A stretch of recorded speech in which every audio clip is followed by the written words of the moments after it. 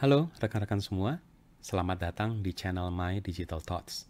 Nama saya Irving Huta Galung, dan di channel ini saya akan berbagi tips and trik seputar teknologi, baik yang saya dapatkan dari pekerjaan maupun dari kehidupan sehari-hari.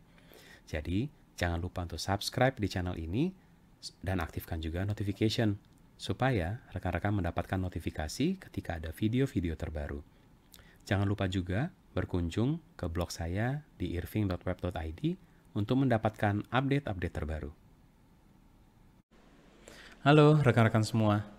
Di video kali ini saya ingin menjelaskan cara menggunakan Azure Budget.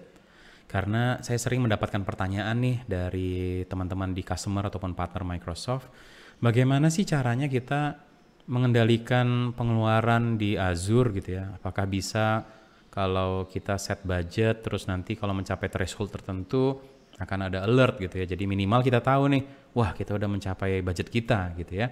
Ya tentunya kali ini saya akan jelaskan mengenai Azure Budget. Oke, kita masuk ke Azure Portal. Di sini rekan-rekan masuk ke bagian Cost Management ya. Di bagian Cost Management bisa dilihat di sini ada budget nih. Oke, jadi kita klik budgetnya.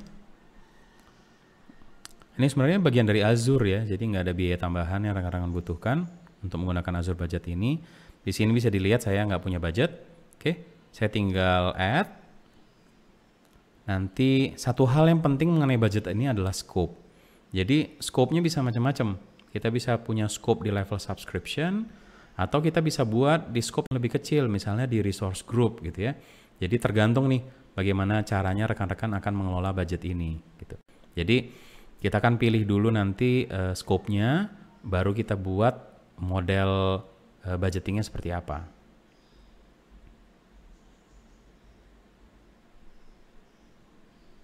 Nah, rekan-rekan bisa dilihat di sini.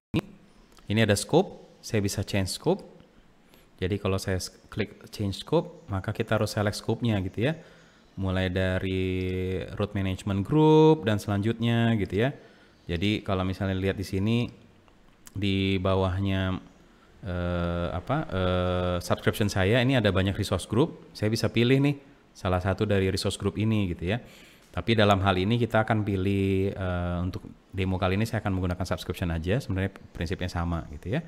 Nah, kemudian kita harus buat unique name, misalnya budget demo gitu ya. Dalam hal ini kita bisa pilih periodenya per bulan, per 3 bulan atau per tahun gitu ya.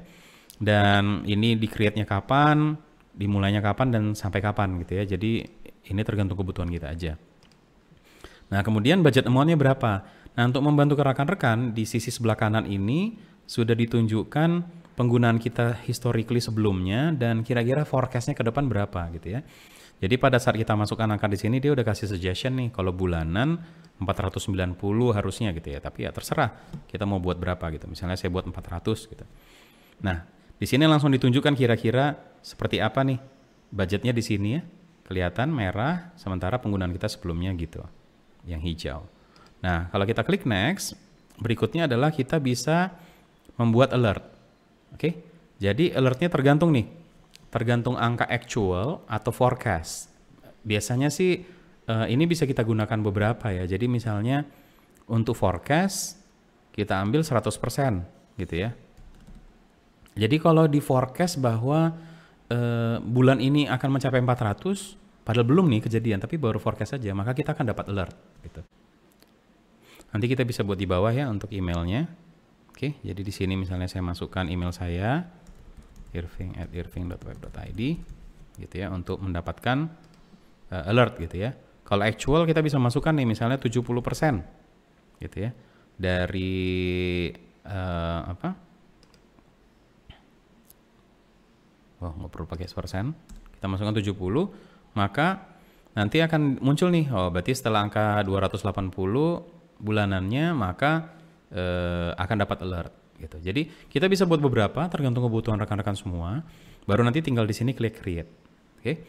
Nah, kalau misalnya banyak banget gitu ya, karena kan pasti nanti budgetnya mungkin kita mau buat per resource group, dengan resource group A itu punyanya tim A, resource group B punyanya tim D. Kita bisa buat juga action grupnya di sini kita buat dulu gitu ya. Jadi nanti tinggal dipilih kan, oh ini action grupnya tim A, ini action grupnya tim B gitu. Jadi lebih simple, lebih mudah di manage. Tapi untuk demo kali ini saya hanya akan tunjukkan caranya yang simple ya. Untuk yang budgetnya sedikit aja jumlahnya, kita bisa langsung masukkan email di sini dan langsung create. Email ini juga bisa ada beberapa, jadi tergantung dari kebutuhan rekan-rekan semua. Oke, nah jadi seperti itu aja saya akan sudah tunjukkan. Moga-moga ini membantu rekan-rekan nanti untuk mengelola budget di perusahaan atau tim rekan-rekan masing-masing. Oke, sampai jumpa. Terima kasih karena sudah bergabung di channel My Digital Thoughts. Jangan lupa untuk subscribe di channel ini dan aktifkan juga notification supaya rekan-rekan mendapatkan notifikasi ketika ada video-video terbaru. Jangan lupa juga untuk berkunjung ke blog saya di irving.web.id. Terima kasih.